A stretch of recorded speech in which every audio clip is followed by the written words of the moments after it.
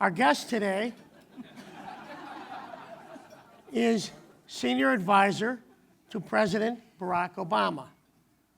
She chairs the White House Council on Women and Girls and oversees the White House offices of Public Engagement in Intergovernmental Affairs. Prior to joining the White House senior staff, our guest today served as co-chair of the Obama-Biden Presidential Transition Team. In Chicago, she served as Chief Executive Officer of the Habitat Company, Chairperson of the Chicago Transit Authority, Commissioner of Planning and Development, and Deputy Chief of Staff to Mayor Richard M. Daley. Our guest today earned her Bachelor of Arts degree from Stanford University and her law degree from the University of Michigan. And to show you how smart she is, she brought her daughter, Laura, and her mother, Susan Bowman, here today. Let's give them a round of applause. And let's give a big welcome home reception to Valerie Jarrett. Thank you. Thank you.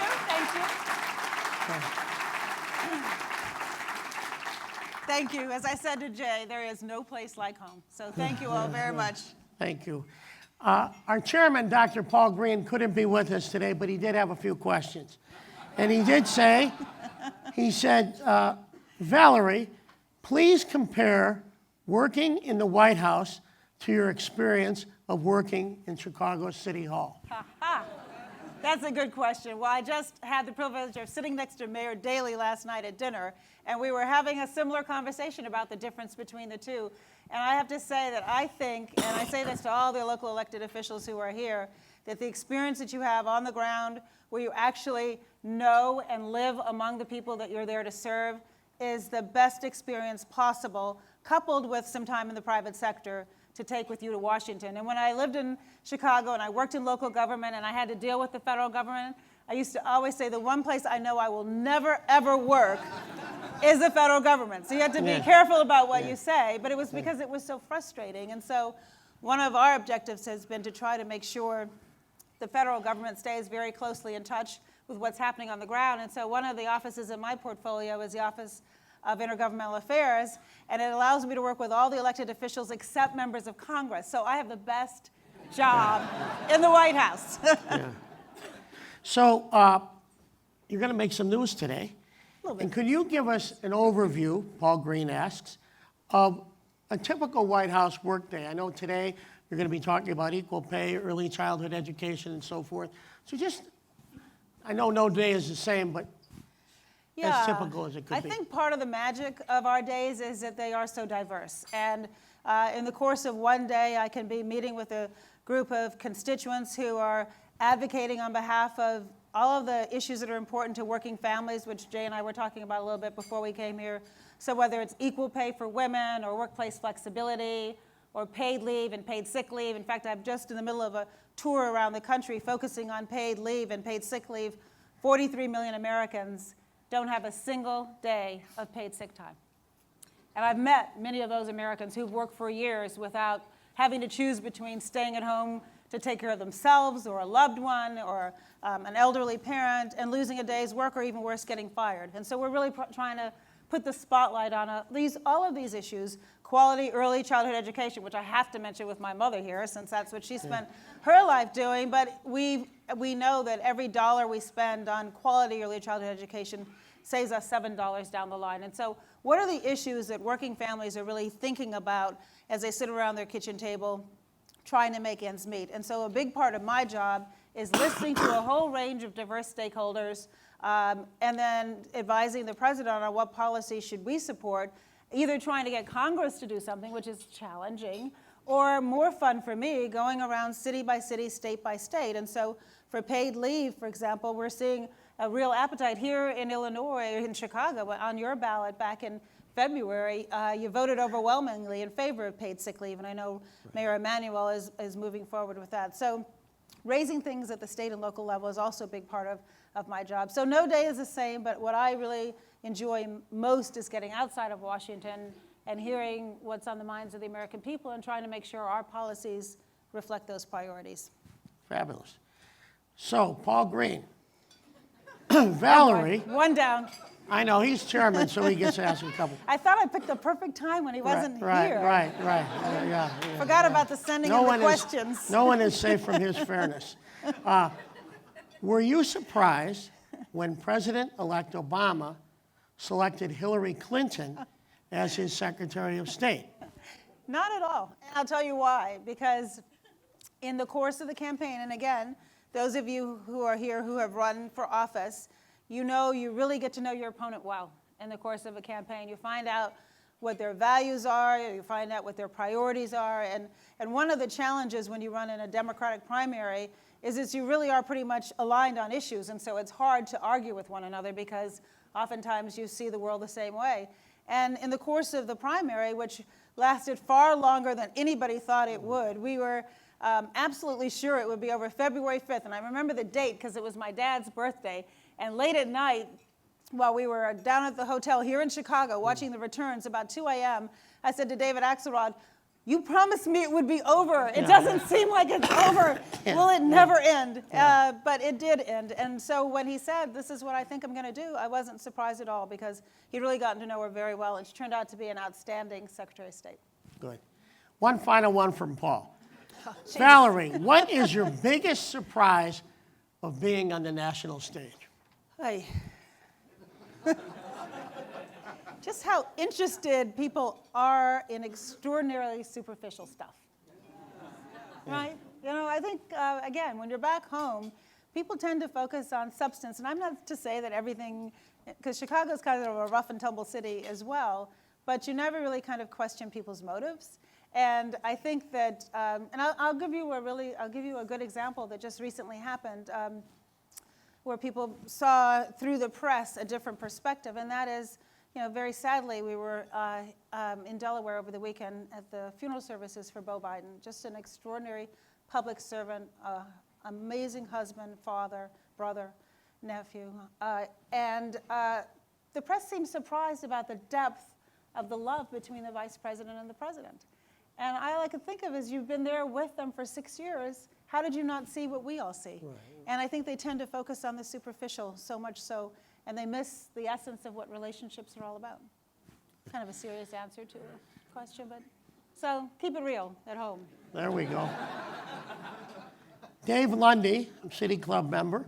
Many Obama supporters have been struck by the disconnect between the economic performance of the administration and the public approval of the president. How do you explain this? All right, so let's take a step back. I always like to remind everybody what was going on when the president took office, because we do have short memory. So our country was losing 750,000 jobs a month. Our unemployment rate was 10%.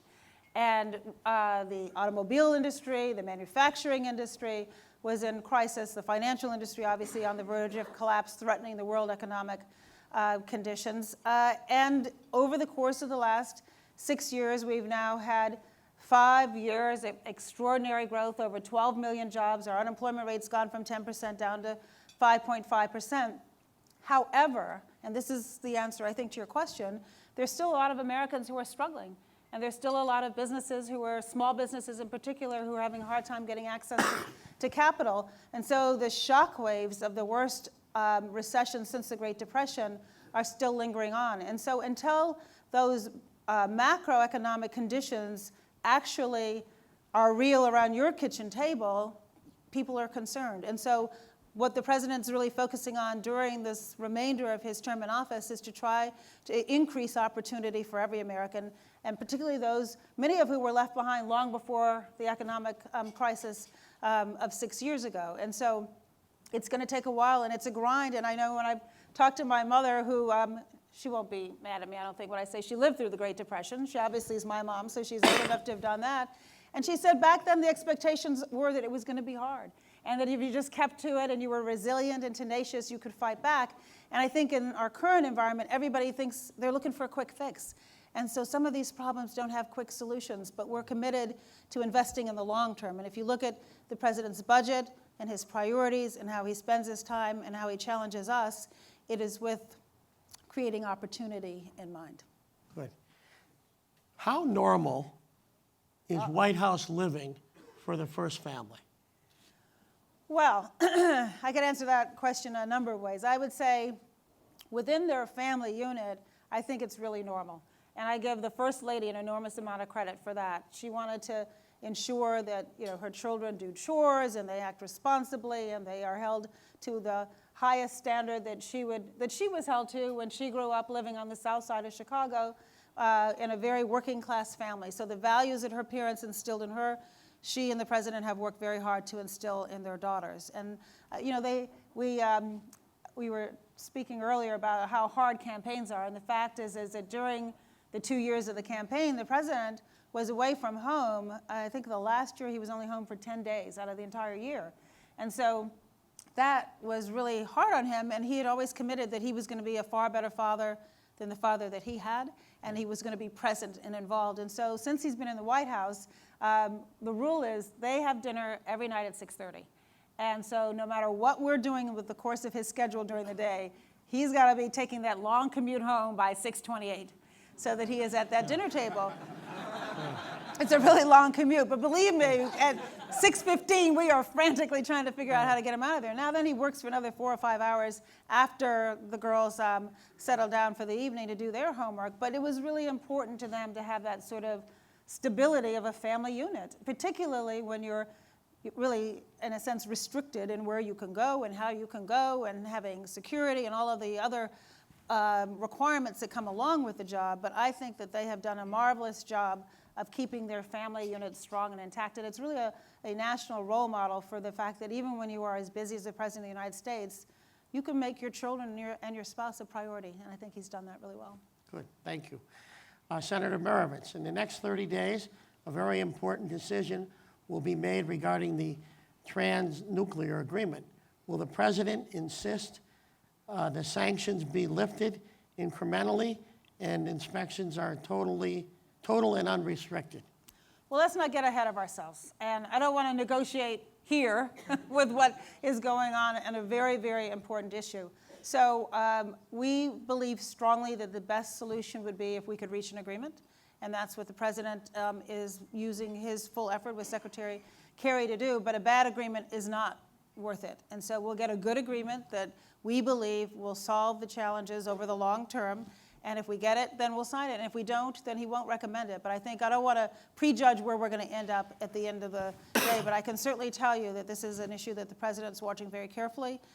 He and Secretary Kerry, Susan Rice, are talking on a regular basis to stay on top of what's going on. But we do think that the sanctions have been very effective in forcing the issue to the table where we are now.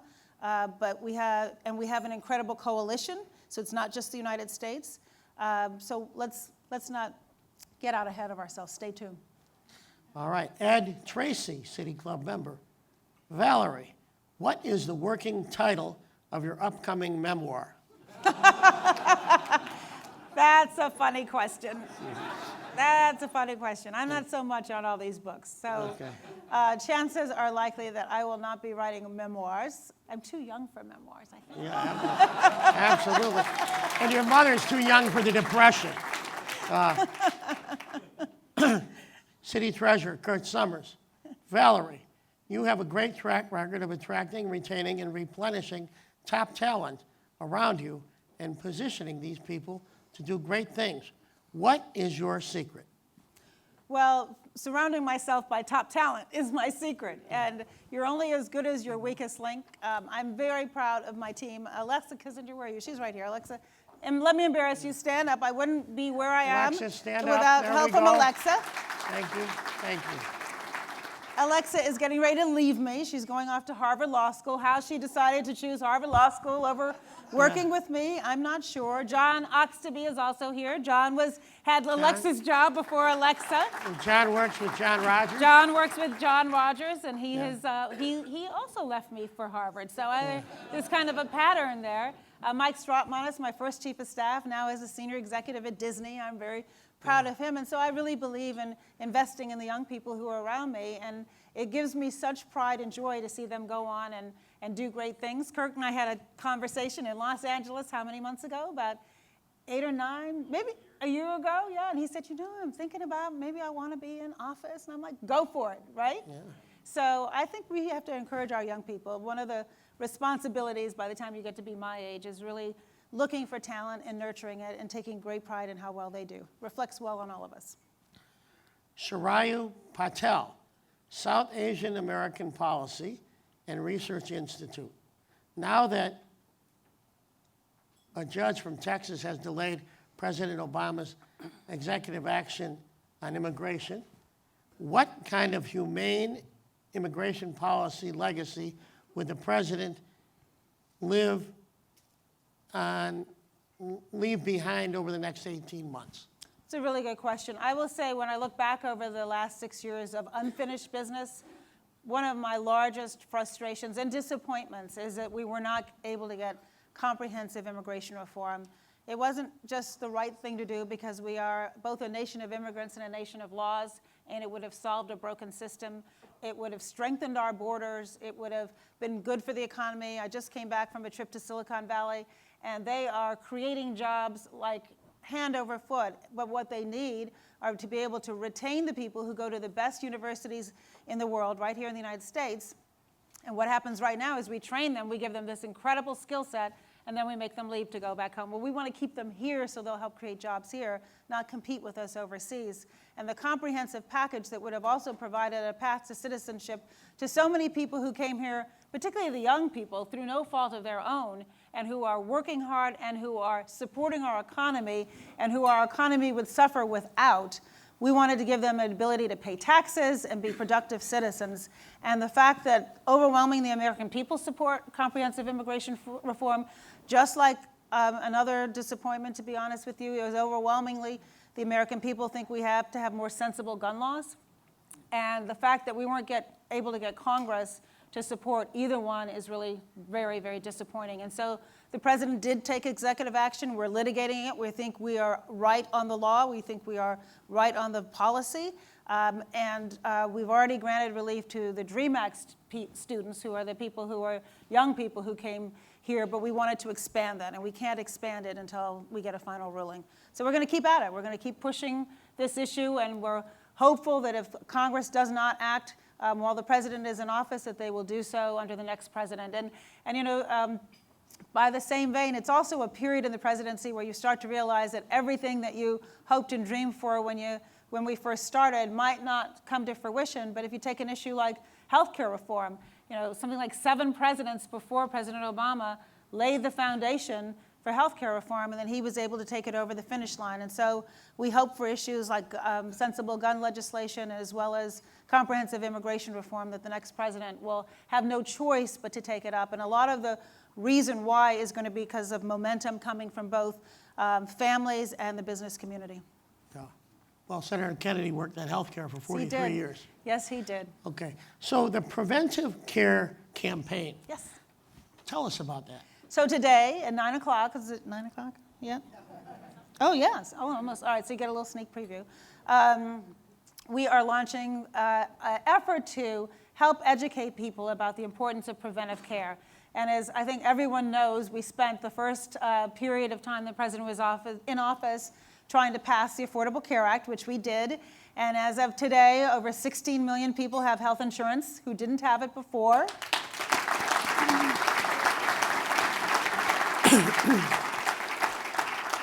And it's a really big number, but I'll tell you, there's nothing like having conversations, which I have, and I'm sure many of you do, with people who never had health insurance. And we, soon after the last enrollment period, the president brought in 10 people who wrote him letters. He loves these letters people write him.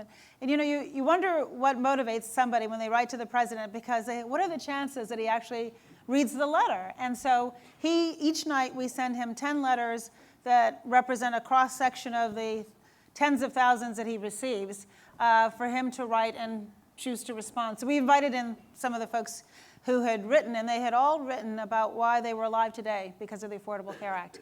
And they told him their story and why they wanted to take a moment to say thank you. But what we realized is because there was so much consternation about the healthcare, still is, we're obviously waiting for the Supreme Court to rule on it any day now, that a lot of people kind of tuned out what the benefits were. So the Surgeon General and the Secretary of Health and Human Services and I are launching preventive care. And we're educating people about the preventive services that are available in the Affordable Care Act. We're encouraging everybody today to take what we're calling a healthy selfie. I did it last night, and to put on Twitter or Facebook or wherever in the social media you choose to go, what you're doing to make yourself healthier, what preventive steps you're taking. And it can be, you're going to quit smoking, you're going to decide to exercise more often, you're going to go in for that annual checkup, which now women can have without any copay. And it can include everything from screenings for cancer to domestic violence counseling to, yes, birth control, all available to women today. So what are you doing to make sure that you're healthy? And so we're going to really launch a campaign to educate people about the benefits of the Affordable Care Act for both those who had insurance before, who now can go in and get these services without a copay. Insurance companies can no longer discriminate against people with pre-existing conditions. Women used to pay higher premium, particularly women in their 20s, just because they're a woman. And now your insurance companies can't do that anymore. So let's get away from the politics of the Affordable Care Act, and let's get into how it actually helps everyday lives. And so we're trying to make it fun, and we're trying to say to people, you know, you do have control over your preventive health care, and so make it a priority. So that's my news for the day. Good news, I think. Absolutely. Can you expand on the Lead or Leave program? Yes. So I mentioned this basket of issues that are so important to working families. This time last year, last June, we had the first ever summit at the White House on working families. And we called it Working Families because, as I said, with the demographics of the workplace changing, we have to recognize that there are going to have to be adjustments. And evidence shows that companies, or employers, I should say, that are paying women equally, providing benefits such as equal pay, expanding their paternity and maternity leave, focusing on child care and elder care, all the issues that we all talk about. When employers adopt new policies that reflect the priorities, the values of my daughter's generation, they have a more productive workforce, a more efficient workforce, less turnover, and ultimately more profitable. And so we're really going around the country trying to share those statistics. I just came back from Silicon Valley. We had a terrific forum workshop with a group of leading CEOs out there about the importance of making sure that their workplace reflects the diversity of our country. And we're doing what we can to encourage young girls and people of color to go into science and technology and engineering and math because they're underrepresented. But once they get there, they also have to be in an environment where there aren't unintended biases, where there are mentors, where there are advocates, where they're nurtured, because we recognize that in a global marketplace where the world is diverse and it's shrinking, you're going to make better decisions if you have an inclusive, diverse group of people helping you make those decisions.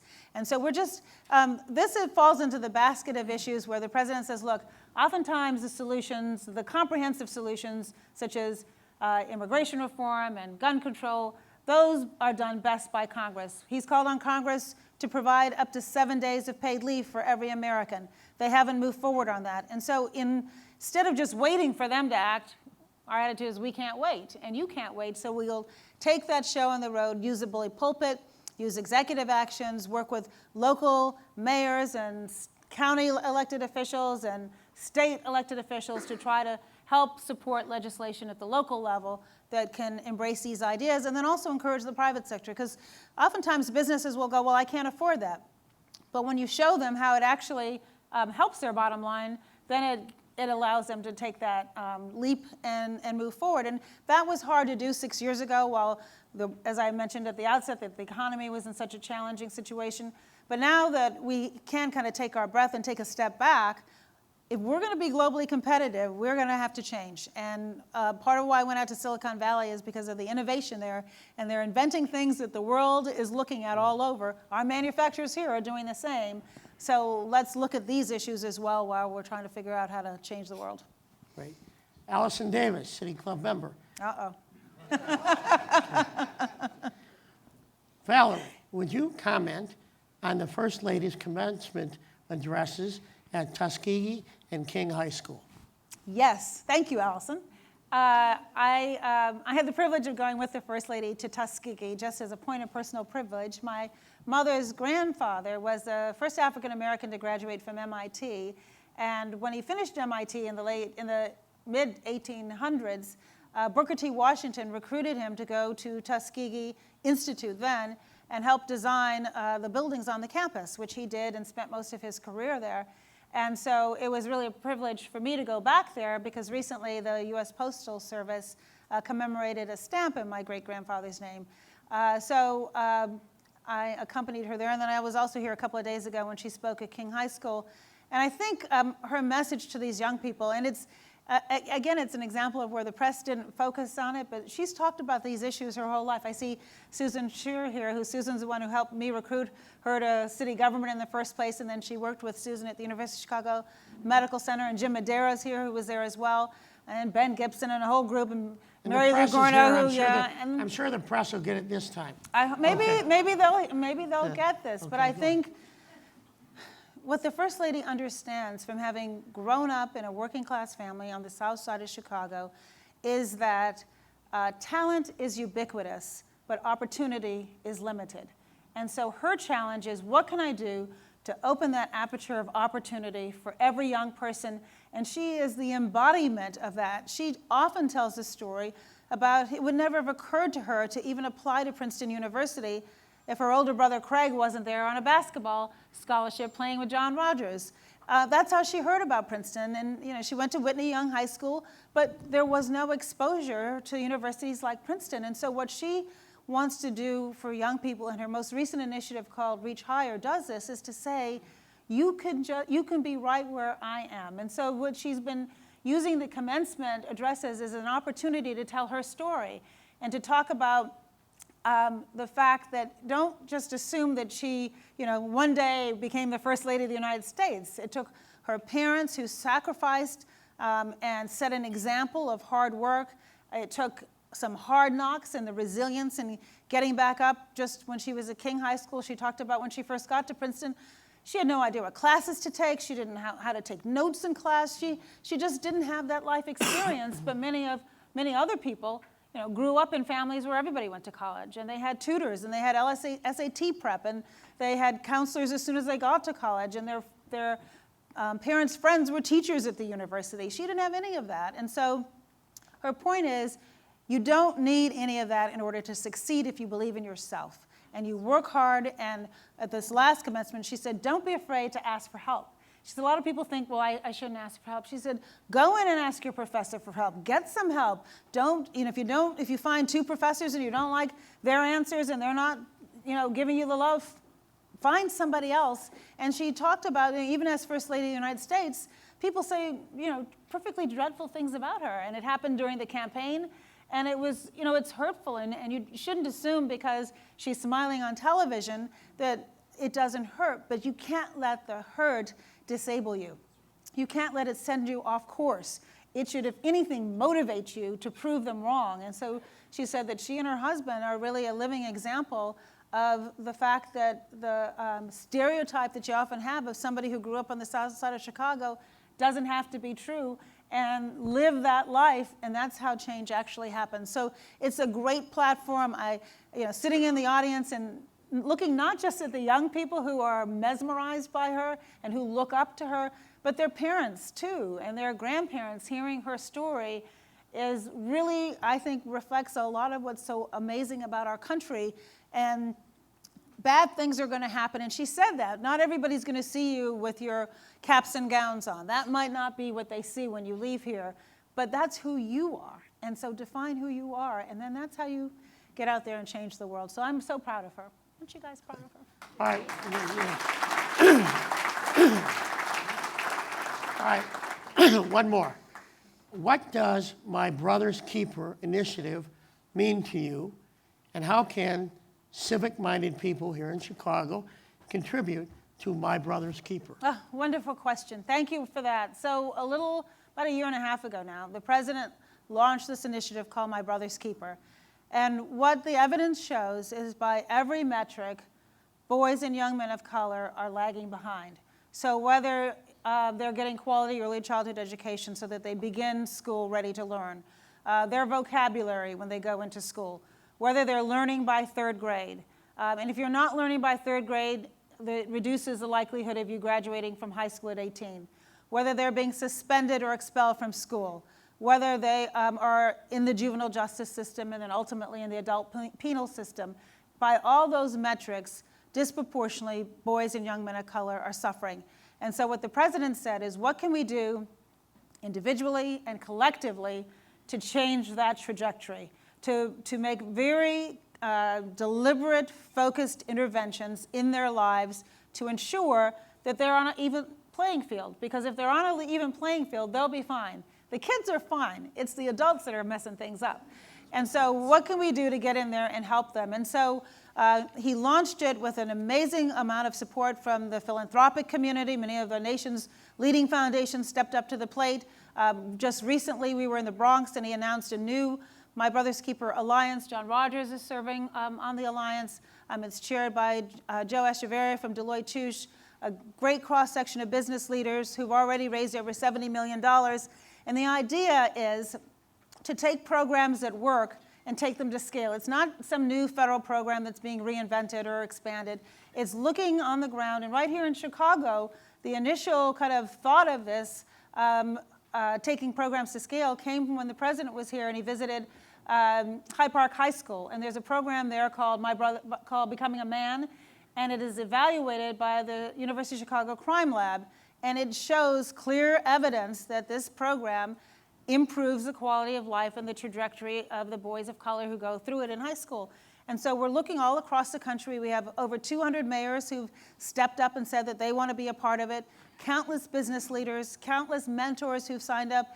And as we're heading into Father's Day weekend, a week from now, there will be a new film release that talks about it as well. And so we're just encouraging everybody to understand that the reason why the name is My Brother's Keeper is because we should all feel a responsibility to those children.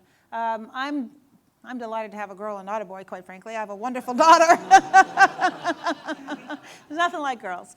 But I feel responsibility for our boys, and I hope that you feel that same responsibility too.